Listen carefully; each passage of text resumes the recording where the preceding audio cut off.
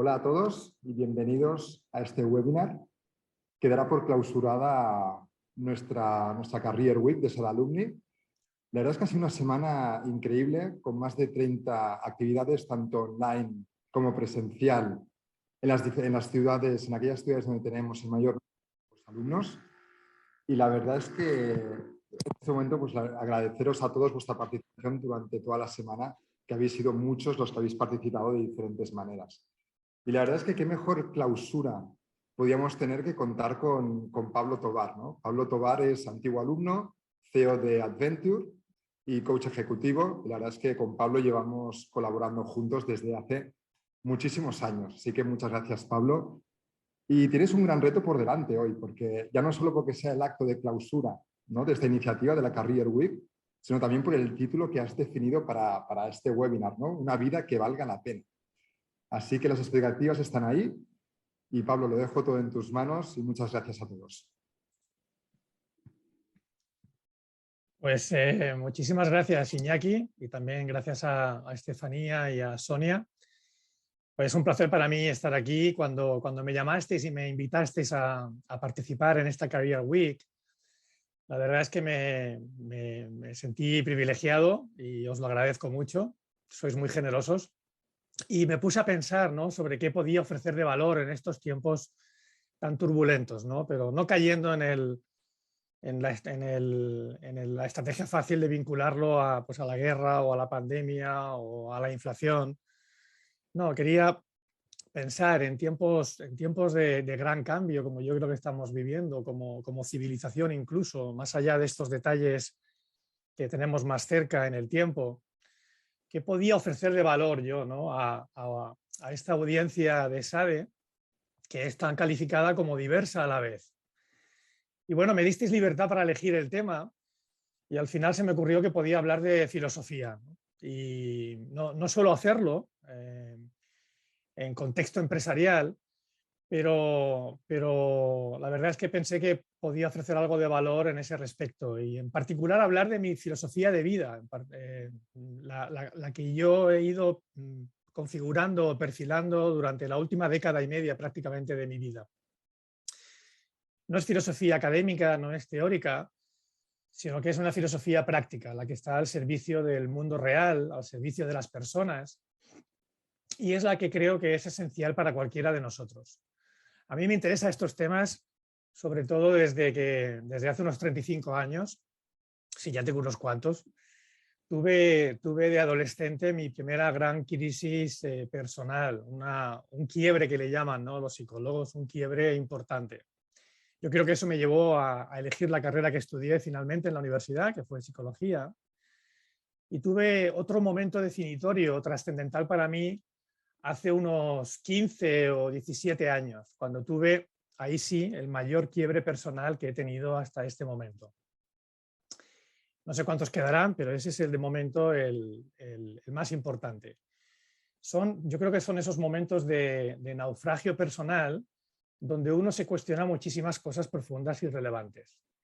Y fue en esa época, como os digo, hace 15, 17 años, fue un proceso de 2 o 3 años, donde de un modo orgánico, de un modo natural o progresivo, fui decidiendo centrar mi vida alrededor de una filosofía que ahora está muy de moda y que se llama estoicismo, ¿no? Lo que pasa es que hay un grupo de personas por todo el mundo que lo que ellos dicen es que practican, yo me incluyo ahí, el estoicismo reformado o una suerte de estoicismo contemporáneo, adaptado a nuestros tiempos, ¿no? Por eso me propongo compartir con todos vosotros de modo sintético, lo más sintético que he podido, cuáles son las 7 principales lecciones o aprendizajes o claves que resumen estos 15 años de práctica consciente y deliberada por mi parte de esta filosofía de vida. Para mí son enseñanzas que te ayudan a conducirte en la vida, pues buscando una mejor vida, una buena vida o una vida más feliz. Como dice el título de la ponencia, una vida que valga la pena, ¿no?, ser vivida. Empiezo con la primera. Le he pedido a Sonia que me haga que me ayude con el PowerPoint. Solo hay una diapositiva, que es esta. Y la primera es: vive de acuerdo con la naturaleza. Y yo lo conecto a ¿por qué es importante ser consciente de cuál es tu filosofía de vida y de que además te adhieras deliberadamente a una? Pues porque la filosofía de vida determina la calidad de tu existencia en este mundo y también condiciona e influencia a aquellas personas que más quieres, aquellos que te rodean, las personas que más aprecias. Entonces, por eso yo creo que es fundamental hacerse esas preguntas, cuestionarse y trabajarlo, ¿no? Fijaos que digo ser consciente de tu filosofía de vida, porque seas o no consciente, todos tenemos o seguimos una filosofía de vida. No es posible no tenerla, no es posible vivir ajeno a ello. Pero si no eres consciente, si no lo somos y no la elegimos deliberadamente, es muy posible que nos dejemos llevar, que te dejes llevar y vivas de acuerdo con aquella que otros te imponen, con aquella que sea dominante en cada momento en tu entorno cultural. Vivirás de acuerdo, de hecho, con lo que otros desean para ti. Y eso para mí, en mi opinión, no es una buena receta. Hay mucha gente que dice, no, si yo la elijo, pero el entorno cultural en el que vives es muy potente, está presente por todos lados. Y si no hay un trabajo consciente, relevante, deliberado y además persistente o consistente por entender cuál es tu filosofía de vida, la que quieres para ti, y te esfuerzas en lo cotidiano por ser congruente con ello, te garantizo que acabarás siendo víctima del mainstream, de la corriente o de la cultura dominante en nuestra sociedad. Si hablamos de lo profesional, yo quería hacer la conferencia más enfocada en entorno profesional, la filosofía que tenemos dominante en nuestro entorno profesional es la que propugna el éxito por encima de todo. Y entendiendo el éxito, además, como tener una carrera profesional ascendente, como obtener reconocimiento, obtener estatus, poder y también unos buenos ingresos económicos. Y en principio no hay nada malo con todo eso, no hay nada negativo en ello, no hay problema, hasta que te das cuenta de cuál es el precio que puedes llegar a pagar persiguiendo todo ello, ¿no? O el coste de oportunidad de hacer esas elecciones. Por otro lado, hay también una dimensión personal, que aunque seamos profesionales, todos somos personas, y la filosofía de vida dominante en nuestro contexto personal es opinable, ¿no? Pero para mí es aquella que propugna una suerte de hedonismo relativista y la búsqueda constante de validación externa por parte de los demás, que lleva al exhibicionismo que vemos en redes sociales o en televisión o en medios de comunicación, ¿no? Entonces, ¿qué quiero decir con ello? Que nuestra sociedad contribuye cada vez más al promover valores contrarios que son contrarios a nuestra propia naturaleza humana. Entonces, para eso está la filosofía de vida. ¿Qué es una filosofía de vida? Pues se trata básicamente de responder a un par de preguntas. Y las preguntas son, la primera es, ¿cómo funciona el mundo? Y eso académicamente o técnicamente se le llama metafísica, pero es cómo cada uno cree que funciona el mundo. ¿Y qué debo hacer yo?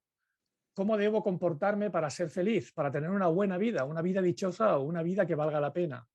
Y eso se le llama una ética. Entonces tú respondes a esas dos preguntas y ya tienes los pilares de una filosofía de vida. Y de esas dos deriva qué distingue a nuestra naturaleza humana, al ser humano, qué hace que nosotros seamos diferentes de otras especies, de otros seres vivos. Porque detrás de esa pregunta pues puede haber información muy valiosa, relevante sobre cómo vivir una vida lograda, una vida dichosa.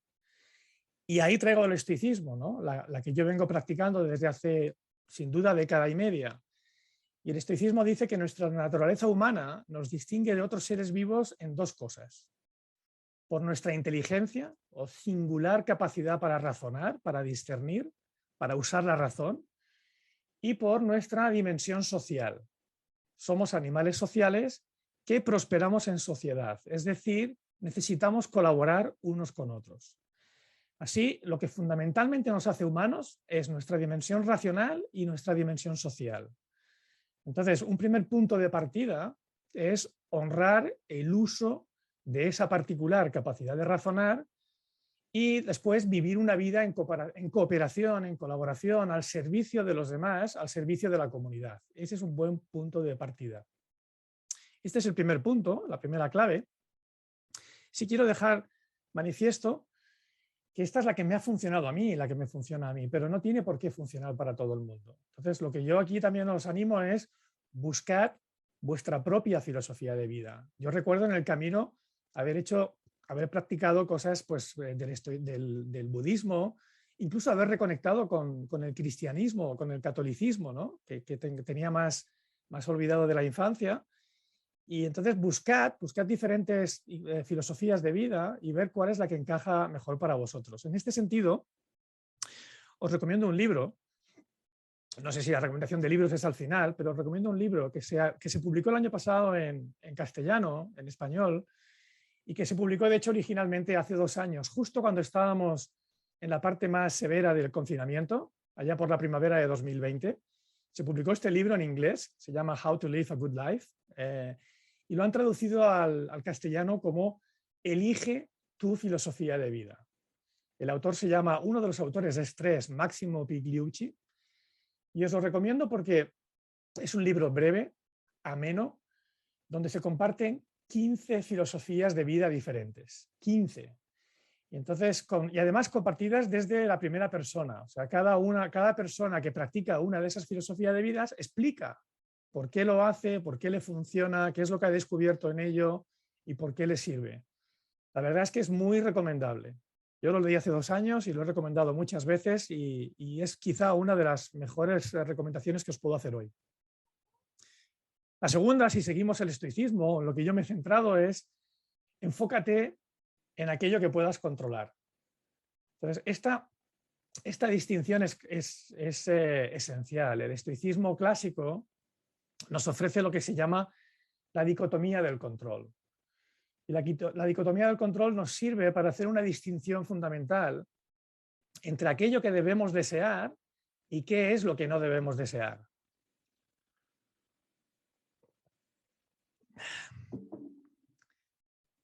Entonces, una de las más importantes lecciones que el estoicismo nos enseña, no solo el estoicismo, también lo tenéis en la famosa oración de la serenidad, que se creó en los años 30 del siglo pasado, pero fundamentalmente es aprender a enfocar nuestros esfuerzos, nuestras energías, en aquello que depende de nosotros y dejar con aceptación que el universo se encargue del resto. Ojo, esa aceptación no significa resignación o conformismo, pero sí enfocar toda tu energía en aquello que depende de ti.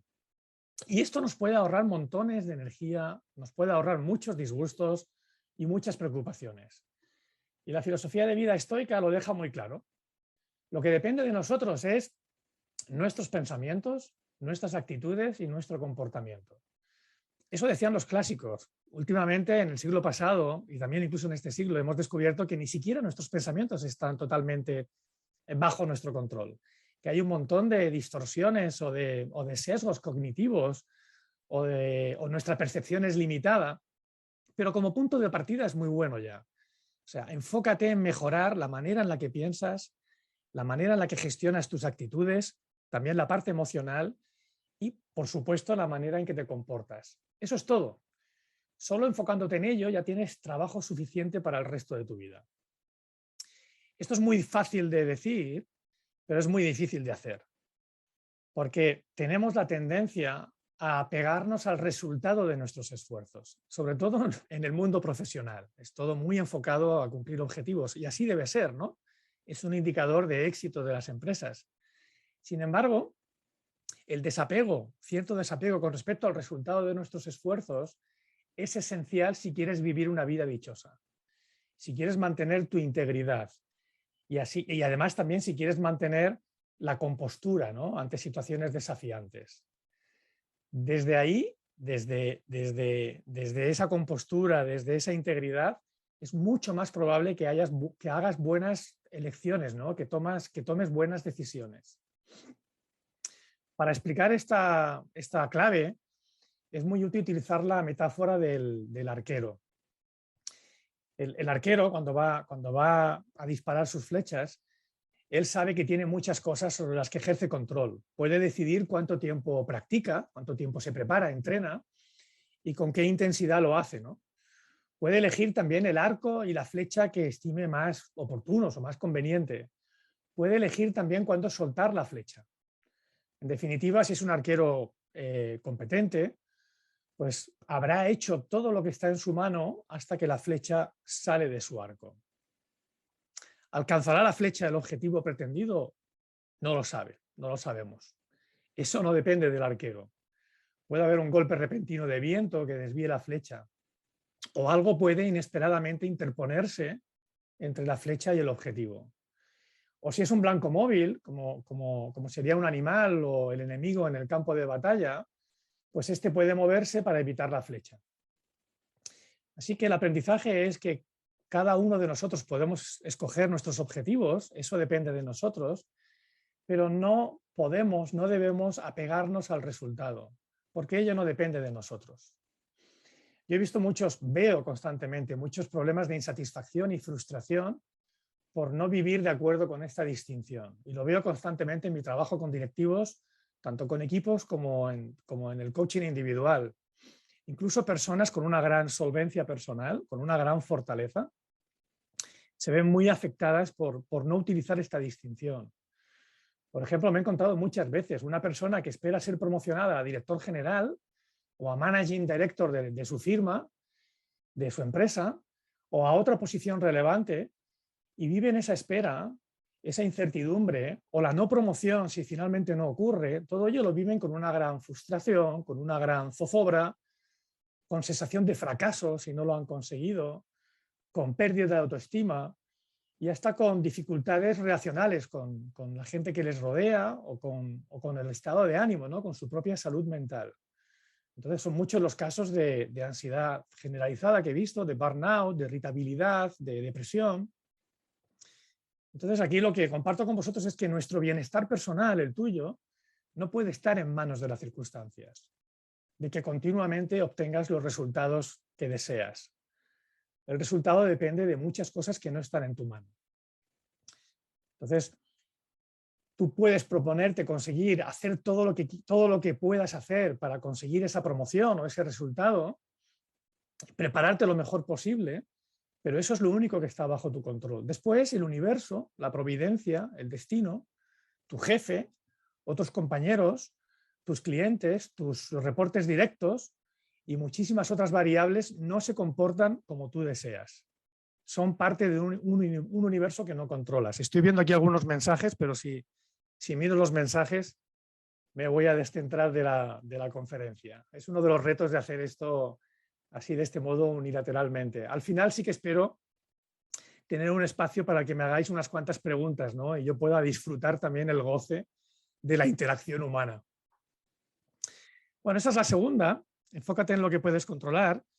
La tercera está conectada a la anterior, busca siempre la tranquilidad interior, la serenidad. Entonces, cuando adquieres cierto dominio práctico sobre la dicotomía del control, pues eso te empieza a llevar a conseguir también este objetivo del estoicismo, ¿no? Que es alcanzar un alto nivel de tranquilidad mental o serenidad frente a cualquier cosa que el universo te lance. En mi caso, a estas alturas de mi vida, hay varios indicadores biológicos y psicológicos que me dicen que me estoy haciendo mayor. Son muchísimos.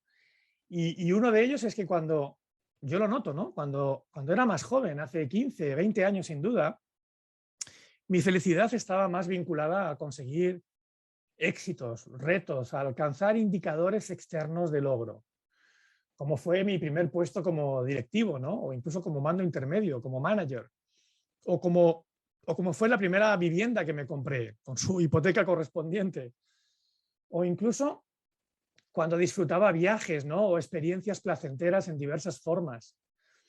En estos momentos, y ya claramente rebasada lo que considero la mitad de mi vida, aunque sigo disfrutando de conseguir indicadores externos de éxito, mentiría si dijera lo contrario, todo eso es mucho más relativo, tiene menos importancia y mi felicidad, mi plenitud tiene más que ver con ese estado de paz interior, de aceptación de lo que hay, de serenidad esa tranquilidad y serenidad los valoro mucho más que nunca antes.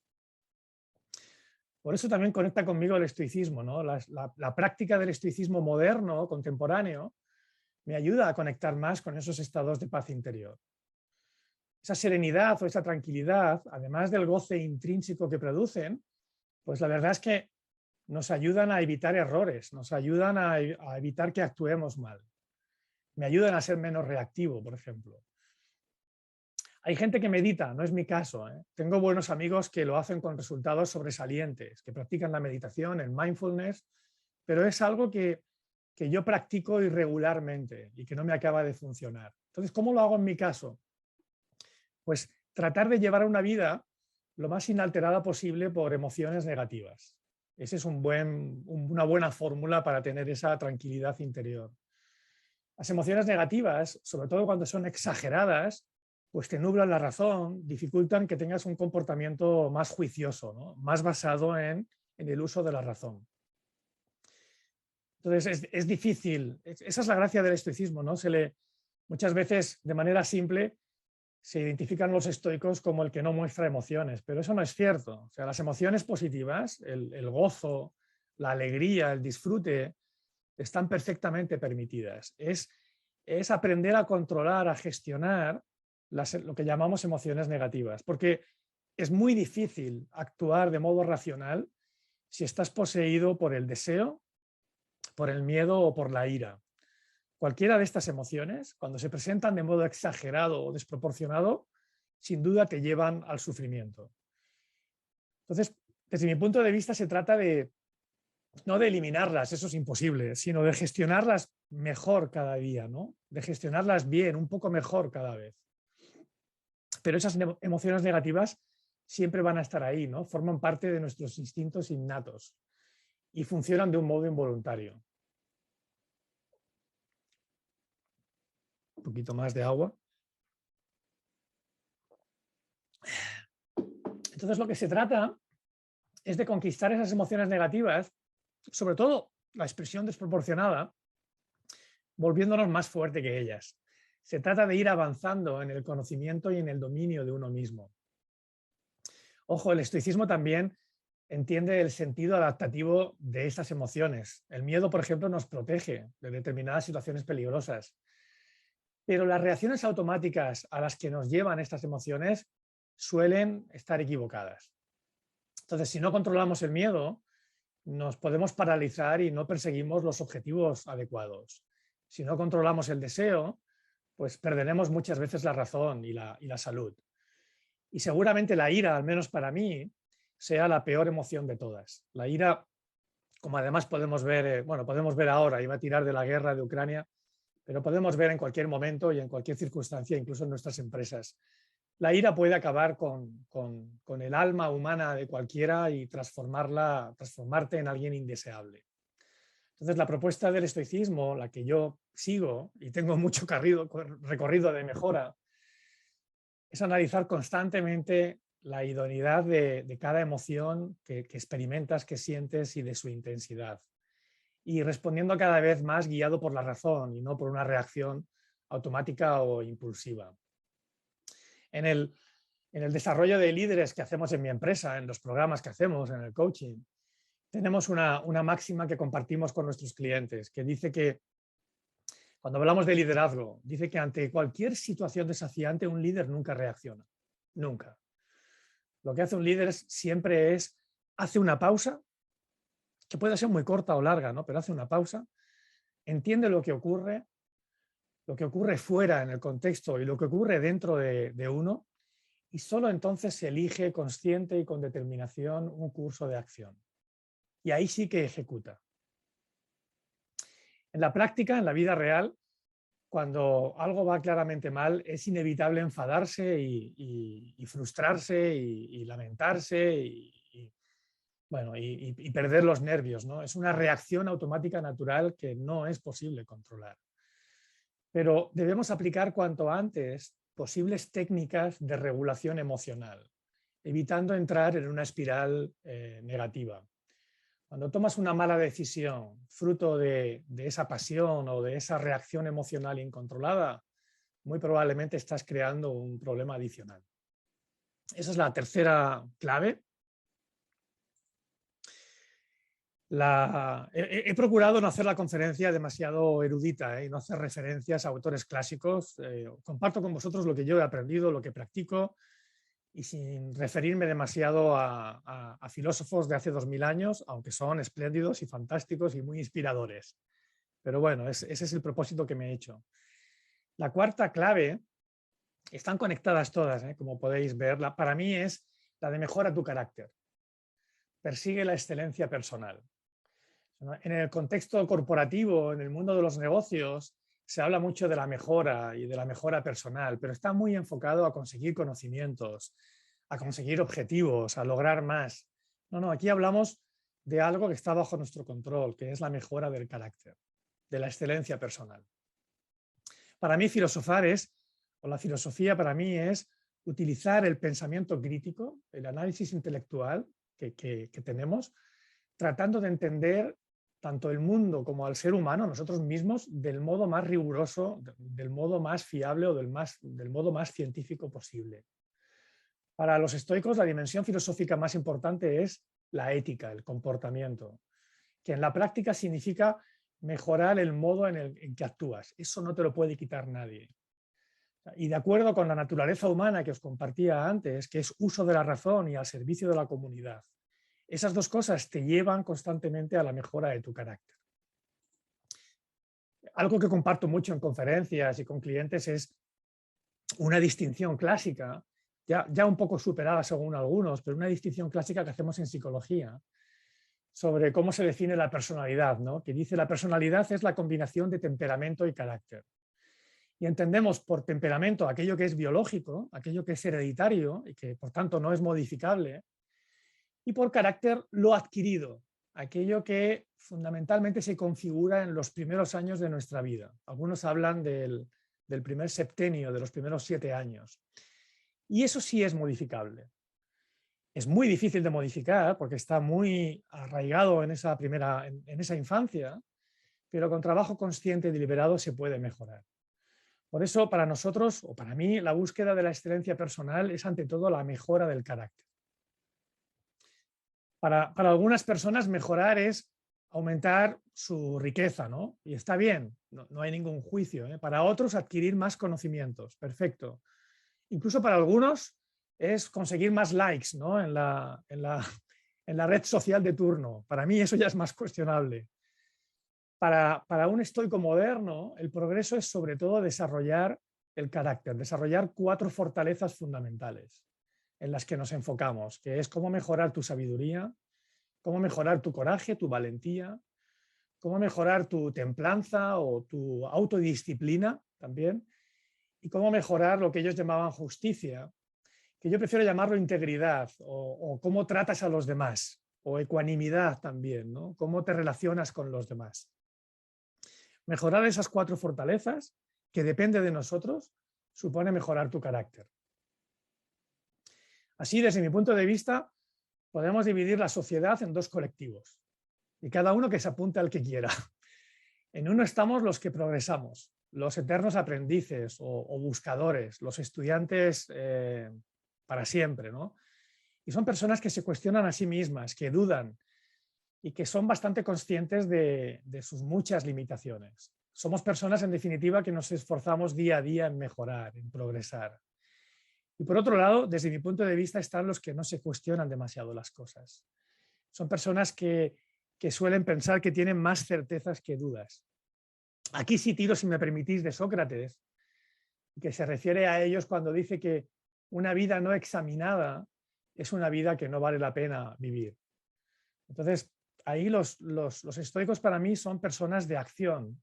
Eso es otra crítica fácil o otra simpleza con respecto al estoicismo, ¿no? Como si fueran gente que está aislada, que quiere vivir en la montaña o en una caja, aislados del entorno. No es así. Los estoicos son personas de acción, y ahí están las biografías que nos han dejado.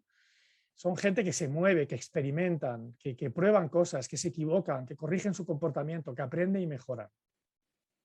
Así que os invito a ello. Si si habéis asistido a otra conferencia esta semana, eso ya es una acción, o a esta misma, eso ya es una acción que muestra vuestra curiosidad, ¿no? Y ganas de descubrir nuevas ideas. Entonces, yo os invito a que cojáis una de esas ideas que os haya resultado estimulante, atractiva, y que la pongáis en práctica. Y que la practiquéis durante una semana, 2 semanas, 3 semanas, depende de lo que sea, quizá durante varios meses, pero que lo hagáis con determinación y con consistencia, con constancia. Y ese es el modo de aprender algo, no solamente una habilidad, una competencia, sino aprender algo valioso sobre nosotros mismos. Una vida que vale la pena ser vivida es una vida de constante aprendizaje, de progreso, de mejora de tu carácter. Esta es la cuarta, a ver cómo vamos de tiempo, yo creo que vamos bien. La quinta es, prepárate para superar la adversidad. Yo creo que esta viene muy bien, ¿no? con el contexto en el que estamos todos. Y la propuesta de valor del estoicismo, que a mí siempre me ha seducido también, es la de sufrir menos, ¿no? la de prepararnos mejor para soportar las adversidades, ¿no? Los reveses en la vida. ¿Y cómo lo hace, ¿no? ¿Qué propuestas hace? En parte, si tú gestionas mejor una gestión más funcional del deseo, de lo que deseas, y también te enfocas en lo que puedes controlar, pues eso ya es una buena preparación para gestionar mejor la adversidad. A mí hay una cita de un autor moderno, de un inversor, de hecho, del Silicon Valley, muy conocido, que se llama Naval Ravikant, seguro que algunos lo conocéis. Y hablando del deseo, él dice que, bastante estoico me parece, dice que el deseo es un contrato que haces contigo mismo para no ser feliz hasta que consigues lo que deseas. Entonces, sed muy conscientes y sed muy prudentes con aquello que convertís en vuestros deseos. Pero bueno, aquí volvemos me centro en el tema de la adversidad y es cómo lidiar con la adversidad, ¿no? Entonces, es claro, yo creo que nos queda claro a todos que vivimos en un mundo impredecible, en el que en un momento la paz se convierte en guerra, la calma se convierte en tormenta, la prosperidad en pobreza y la salud en enfermedad. Los resultados del esfuerzo de toda una vida se pueden perder en un día, en una hora. Entonces, ¿cómo te preparas para ello? ¿Qué hacer para tener esa tranquilidad interna que os he hablado antes, a pesar de las adversidades? Pues lo que hay es una serie de estrategias cognitivas y conductuales, ¿no? Lo que proponen los estoicos. Y lo primero es asumir que los reveses son algo intrínseco a la existencia humana, que forman parte de nuevo de nuestra naturaleza. No es algo que te llega por mala suerte. La adversidad, las dificultades y el sufrimiento forman parte de esa naturaleza humana. Por tanto, lo que hay que hacer es desarrollar estrategias, como os decía, o cognitivas o conductuales, para prepararte, para anticiparla, para responder a esas experiencias irreversibles o inevitables. Por ejemplo, os cuento algunas, ¿eh? Para una persona común, a veces yo también caigo en ese engaño, pero para las personas comunes, las cosas externas, como tener dinero o como tener una casa o contar incluso con buena salud o tener una bonita familia, son vistas como bienes que tienes, que nos pertenecen, que poseemos. Para los que practicamos la filosofía estoica, no son más que ventajas que disfrutamos. Son regalos o producto de la fortuna. Puede que os parezca una pequeña distinción semántica, pero lo cierto es que es una diferencia crucial, porque el único bien que realmente tenemos, la única posesión que nadie nos puede quitar, es la excelencia en el carácter, de la que ya hemos hablado en el punto anterior. Eso es lo único que es inalienable. Así que si juntas esas dos ideas, que muchas cosas están más allá de nuestro control y que el único bien es la excelencia en el carácter, si realmente lo interiorizas, lo integras, te lo empiezas a creer de verdad, la verdad es que se produce un cambio radical en tu actitud frente a la vida. Y muchas de las adversidades se perciben como menos terribles de lo que son al menos para la mayoría de las personas. A pesar de eso, hay más estrategias, ¿no? que específicas, estas más de tipo cognitivo también para defenderte de la adversidad. Todas ellas se basan en una creencia, que es en la que se fundamentan muchas terapias psicológicas o psicoterapéuticas, y es que no es lo que nos ocurre lo que nos causa dolor o sufrimiento, sino cómo interpretamos o manejamos o gestionamos aquello que nos ocurre. Casi todas las orientaciones psicoterapéuticas están basadas en esta máxima. No son los hechos, sino cómo nosotros interpretamos esos hechos. Hay una estrategia que es sin duda pertenece al estoicismo, que se llama visualización negativa y es uno de los enfoques más conocidos de preparación para la adversidad. Se trata de ensayar o recrear en nuestra mente sucesos potencialmente negativos antes de que ocurran. De este modo, si finalmente ocurren, pues uno está mejor preparado para ello y el impacto emocional negativo será mucho menor. Sé que es una técnica poco comprendida por mucha gente o quizá mal explicada por nosotros, ¿no? Y que genera cierto escepticismo o rechazo. Y yo lo entiendo. En primer lugar, no es para todo el mundo. Porque hay personas a las que pensar en lo negativo, y constantemente hay en cosas negativas que te pueden ocurrir, pues le puede generar ansiedad o malestar. Y entonces yo ahí, esas personas, no recomiendo que la utilicen. A mí particularmente me funciona bien y me consta que también a muchas otras personas. Quizá el secreto está en cómo se utiliza. Porque también se puede utilizar en positivo, ¿no? Y no solo pensar en cosas negativas que te van a ocurrir. Os pongo un ejemplo personal y pienso en mi hija Chloe tiene casi 8 años y gran parte de los días, gran parte de las noches, antes de irse a dormir, yo le leo una media hora. Y yo creo que eso sirve para estimular en ella pues, el aprendizaje, el interés por la lectura. Y en cualquier caso, es un bonito momento de intimidad y de conexión personal con ella, ¿no? Pues con frecuencia, en ese momento de intimidad y lectura entre nosotros dos, yo pienso que podría ser el último. Lo pienso, me lo quedo yo. Y eso lo que me hace es disfrutar más esa lectura particular de ese día, ese momento de conexión con ella. Y no lo doy por descontado. Y también me ayuda a leerle más veces, porque cuando llego y estoy agotadísimo, muy cansado, y pienso que puede ser la última, que algún día será la última, pues eso me ayuda a leerle más veces. Y además es cierto, o sea, hay algo, es estrictamente cierto, llegará un día, una noche, que será la última. Da igual el motivo, pero llegará una noche que será la última y no tengo ni idea de cuándo va a llegar. Llegará un día que será el último en que la lleve dormida en brazos a su cama. La niña pesa ya 30 kilos y aún lo sigo haciendo, ¿no? A pesar de lo que me cuesta. Pero llegará un día, no falta mucho, para que sea la última vez que haga eso. Llegará un día que será el último en que la ayude a cruzar la calle cogida de mi mano. Y pensar en ello a mí no me pone melancólico, sino que me anima a disfrutar más de todos esos momentos cotidianos con mi hija, que de otro modo es fácil dar por sentados. Hay otro motivo para utilizar esta técnica de la visualización negativa, y es que nos ayuda a combatir el fenómeno de la adaptación hedónica. Esto va más allá del estoicismo, ¿no? Que es algo que nos ocurre de manera natural. De nuevo, forma parte de nuestra naturaleza. Y es que perdemos la capacidad de disfrutar cosas buenas a las que ya nos hemos acostumbrado y nos parecen rutinarias.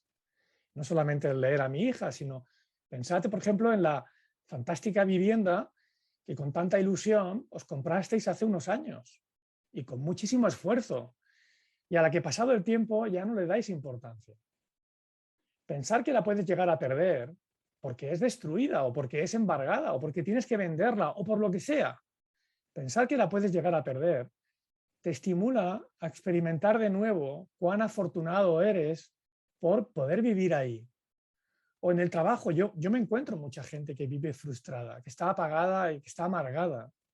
Y sin embargo, esas personas sufrirían un revés importante si perdieran ese empleo.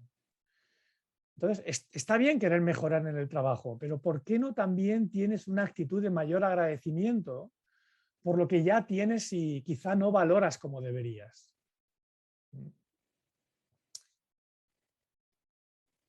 Finalmente, otro beneficio de la adversidad, el último ya os lo comparto, es la oportunidad que da para desarrollar, para mí, una de las cualidades humanas más importantes para tener una vida que valga la pena vivir, ¿no? Para tener una buena vida, una vida dichosa, para conectar mejor con los demás. Y esa cualidad es la empatía, que está muy conectada a la compasión y que estimula la amabilidad. De nuevo, me permito traer una cita, conscientemente quiero que sean pocas, pero en el conocido ensayo de Séneca sobre la ira, dice que los seres humanos no somos más que seres enfadados viviendo entre seres enfadados. Y solo una cosa nos puede calmar: debemos tratarnos unos a otros con más amabilidad. Entonces, es bueno recordar que todos vivimos la adversidad, nadie se libra. Y además la vivimos de modo regular o frecuente. Por eso, una de las citas, de las máximas que a mí más me gustan, que yo trato de aplicarme más, es aquella que dice que toda persona con la que te encuentras está viviendo una batalla de la que tú no sabes nada. Sé siempre amable. Nos quedan dos recomendaciones, dos claves de aprendizaje. La siguiente es: comprométete con un propósito. Los estoicos eran uno de los colectivos de filósofos más comprometidos con la sociedad en el mundo antiguo. Enseñaban que la humanidad es un organismo donde todos estamos conectados y que todos, como parte de ese organismo, de ese colectivo, debemos contribuir a su bienestar, a un bien mayor que nosotros mismos.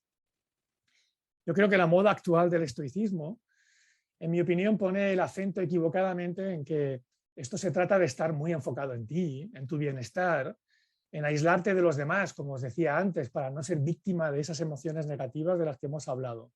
Eso no es verdad, no es cierto. Los estoicos eran gente de acción, os he dicho, y estaban comprometidos con la sociedad y estaban comprometidos con la política. Entonces, el estoicismo tiene un compromiso incuestionable, esencial, con cómo mejorar la vida de toda la humanidad. Y ahí el estoicismo más actual, el reformado, el que podemos practicar hoy, tiene como uno de sus referentes más insignes a Viktor Frankl, el psiquiatra que vivió en el siglo pasado, y particularmente su visión de la persona como un ser que necesita darle sentido a su vida, un ser cuya realización pasa por comprometerse con los demás. Y además, esa es la única vía para escapar de uno de los peores males de la humanidad, que es el vacío existencial. De nuevo, este forma parte de nuestra naturaleza humana. Nadie puede escapar a él.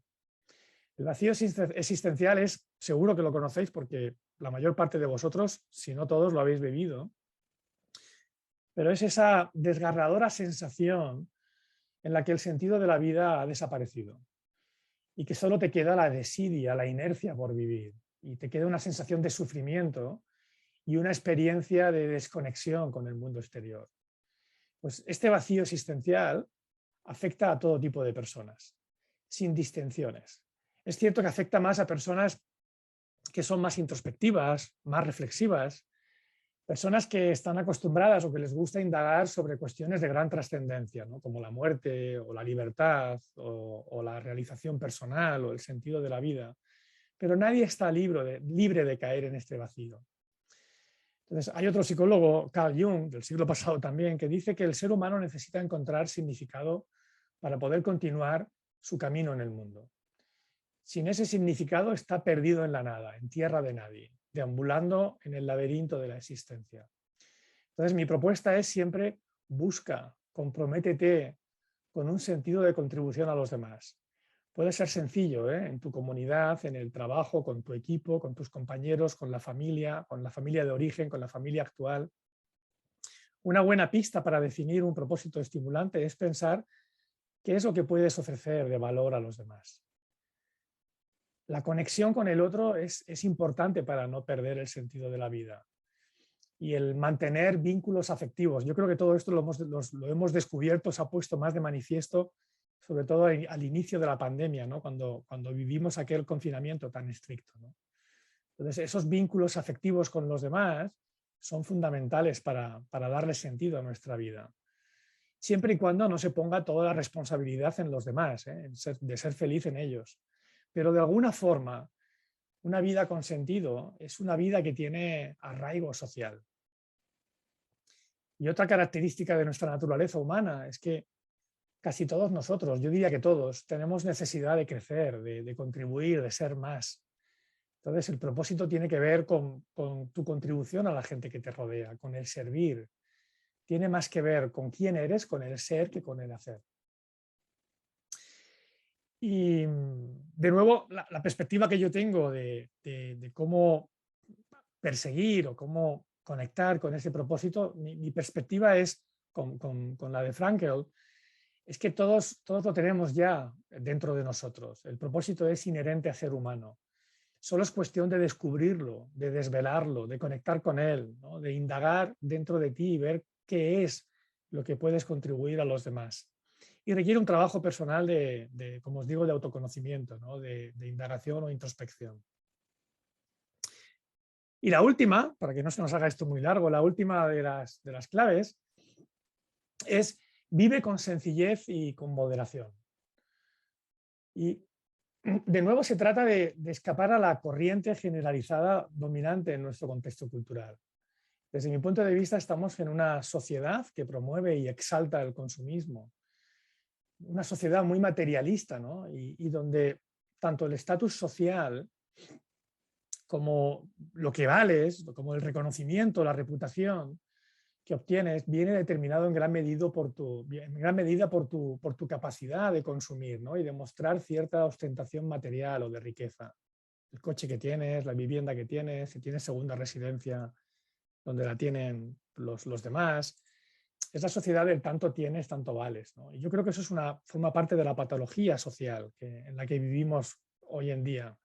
Entonces ahí mi invitación es a cuestionar ese statu quo, a escapar de él, de esa trampa, para ganar en libertad, para dejar de estar neuróticamente atrapado en esa especie de exaltación consumista y de búsqueda de estatus. En cierto modo, hacer algún tipo de voto de simplicidad en la vida. No hace falta irse a un monasterio. En lo cotidiano, con nuestra familia, con nuestro trabajo. Hay una trampa, esa trampa en la que tú vas adecuando tu nivel de gasto o tu nivel de inversión, si quieres llamarlo, pero normalmente de gasto, a tu nivel de ingresos, que se le llama la carrera de la rata. Y hay un vídeo que a mí me encanta, que está en YouTube, dura 4 minutos, hay mucho sobre la carrera de la rata.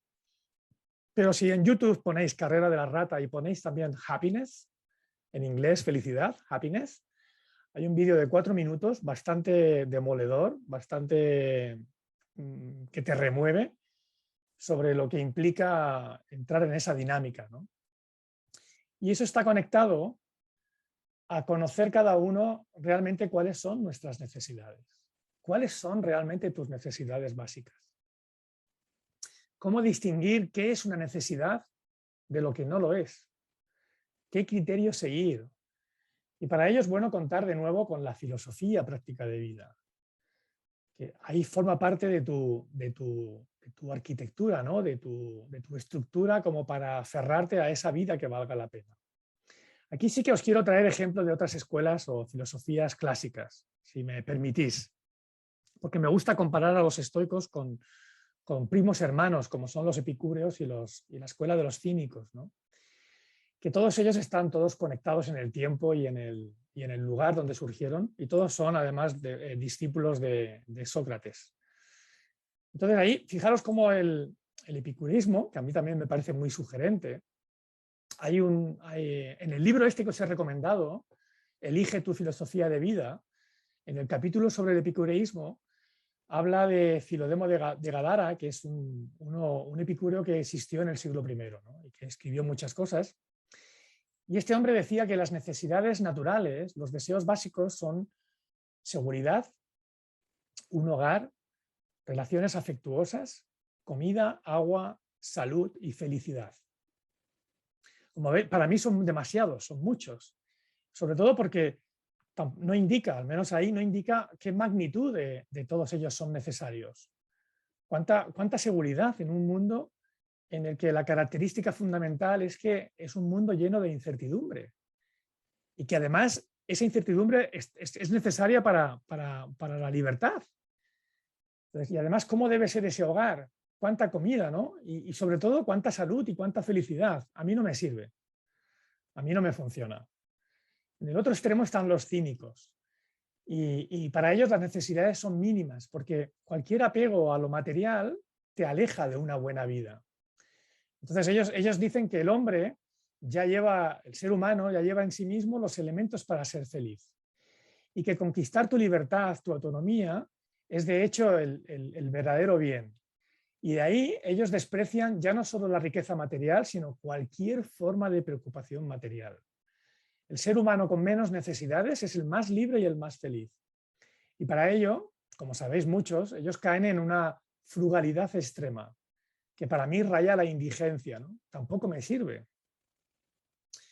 Lo que me gusta de los cínicos, que son muy cercanos a los estoicos, de hecho, es que cuantas menos necesidades tengas, más fácil es alcanzar tu independencia, tu libertad y por tanto una vida dichosa.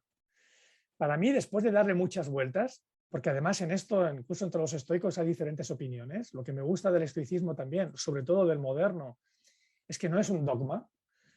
Entonces, para mí, particularmente para mí, las necesidades básicas son 5.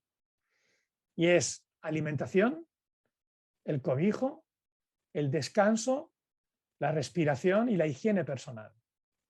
Nada más. Eso es lo básico. Y estas ya están en gran medida cubiertas para la mayoría de la población de Occidente. Sobre todo con el avance extraordinario que se ha dado en las últimas décadas de reducción de la pobreza en el mundo. A partir de esas necesidades básicas, sed muy prudentes con aquellas cosas que convertís en vuestras necesidades. Ya está, yo solo os digo que sed prudentes, que los cuestionéis, que reflexionéis. Por ejemplo, y tomando ejemplo de mis clientes y conocidos, ¿es necesario que le dejes a tus hijos la vida medio resuelta en términos patrimoniales? No, no lo es. Puedes hacerlo, ¿eh? Es legítimo, está bien, pero sé consciente de las implicaciones que puede tener para tu bienestar y para el de ellos hoy en día. El precio que puedes pagar por ello. ¿Es necesario que dispongas de 2 viviendas? No, no lo es. De nuevo, puedes hacerlo, adelante. Puede ser un bonito proyecto familiar o un proyecto personal, el tener esa segunda residencia, que además te puede servir de activo para planificar tu jubilación. Pero sé consciente de las implicaciones, de las cargas, del peso que eso puede suponer. Y así con todo. Entonces, es muy fácil hoy en día cargarse con muchas necesidades, por lo que en esta sociedad con tanta presión consumista y con tanta presión para mostrar estatus social, es necesario la práctica deliberada de la sencillez y la moderación.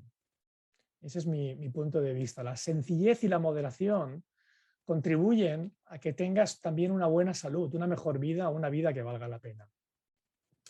Y de este modo voy a acabar, son las 3 menos 5 prácticamente.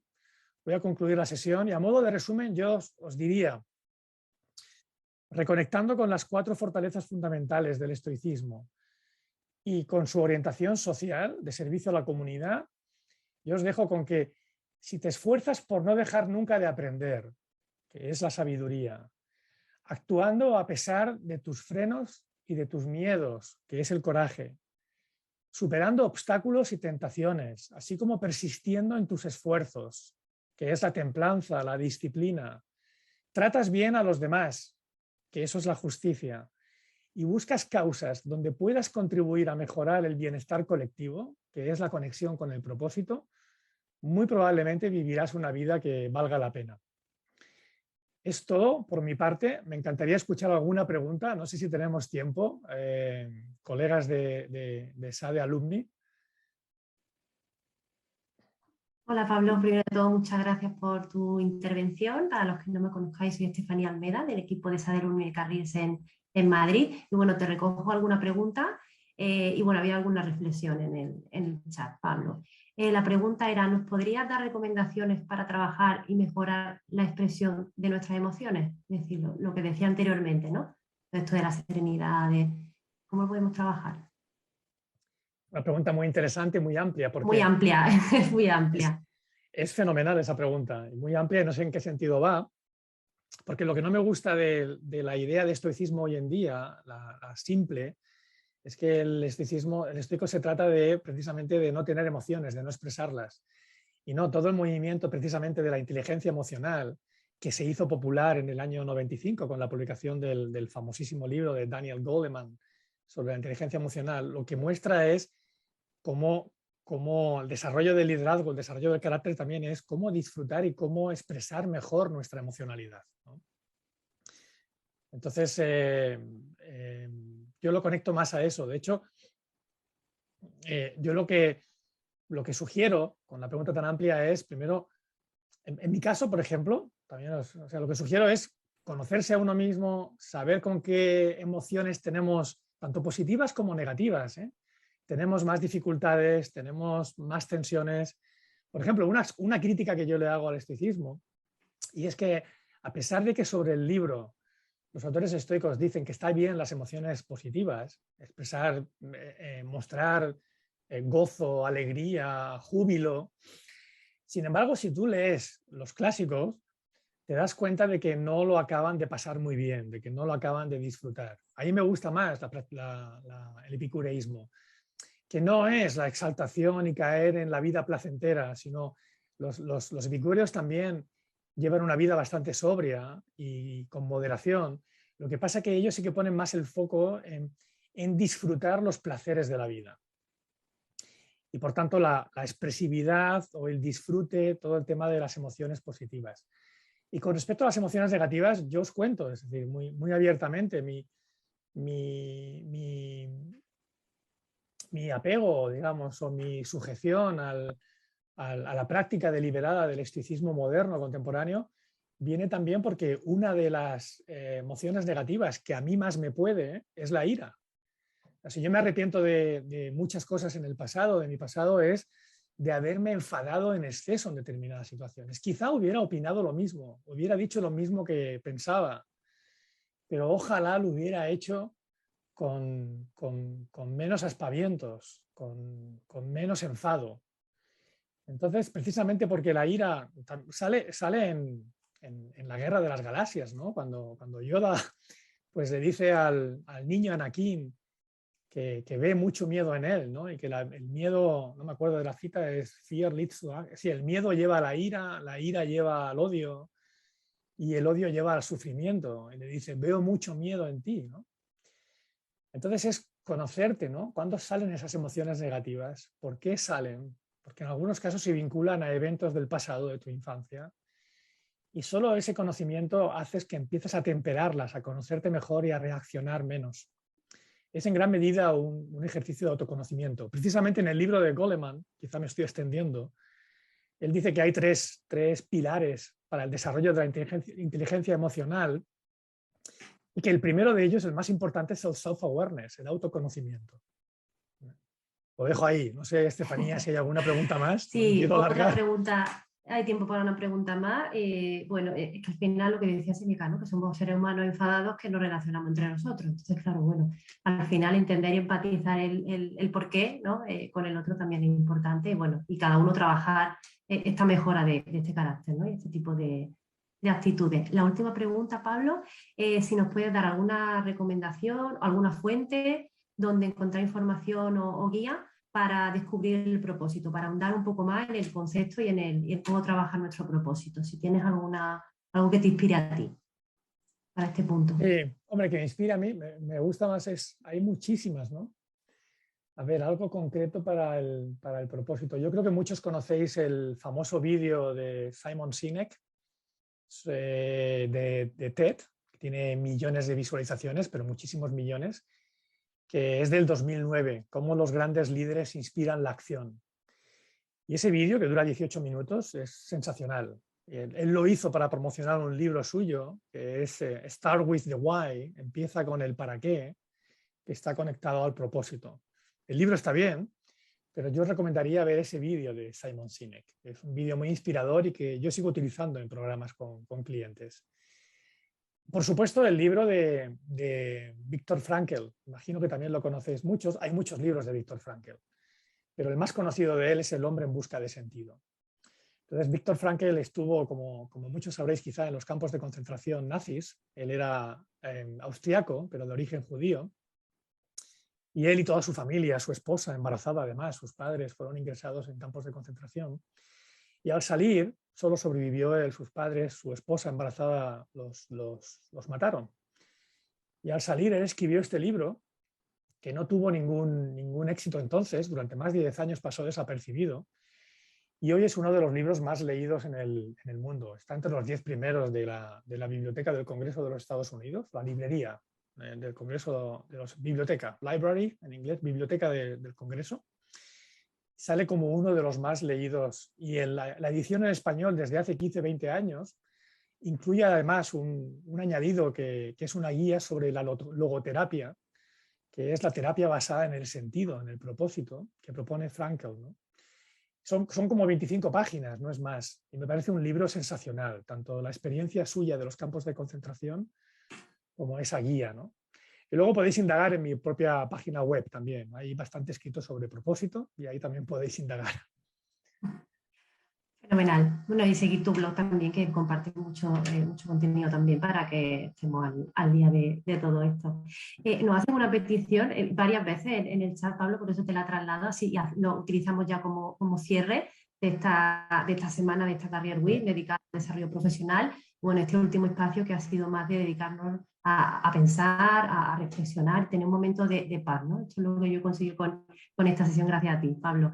Pues nos pedían, que ya como cierre lo vamos a utilizar, la frase de conclusión final con la que has cerrado tu intervención, porque hay un participante que está interesado en tenerla y retenerla bien, como cita. ¿Esa qué hago? ¿Cómo lo hacemos? ¿Te la envío, Estefanía? Como quiera. O si me dices nada, como quiera, o si no la tienes en mente, la idea o el concepto final, yo creo que se refiere. Sí, la idea la tengo en mente, porque es una manera de combinar las 4 fortalezas. El desarrollo del carácter, la mejora del carácter, lo estructuran los estoicos en torno a 4 fortalezas. Ellos le llaman virtudes, pero es que ya no quiero utilizar ese lenguaje filosófico de hace. Son fortalezas, competencias, si queremos decirlo en términos empresariales. Y son la sabiduría, el coraje, la valentía, la templanza, la disciplina y la integridad, la justicia, le llamaban ellos, cómo relacionarlos. Entonces la idea es, si uno se esfuerza en no dejar nunca de aprender, pero sobre todo conociéndose a uno mismo, más que adquirir conocimientos de finanzas, ¿no? Que son muy necesarios, pero te esfuerzas por no dejar de aprender sobre ti, sabiduría, actuando a pesar de tus frenos y miedos. Entonces, por tanto, coraje, superando obstáculos y tentaciones, así como persistiendo en tus esfuerzos, ¿no? Que es la templanza, la autodisciplina. Tratas bien a los demás, aquello de la amabilidad, que eso está dentro de la justicia. Y luego buscas espacios, causas donde puedas contribuir a mejorar el bienestar colectivo, que es el propósito. Esa es la fórmula para vivir una vida que valga la pena, de manera simple.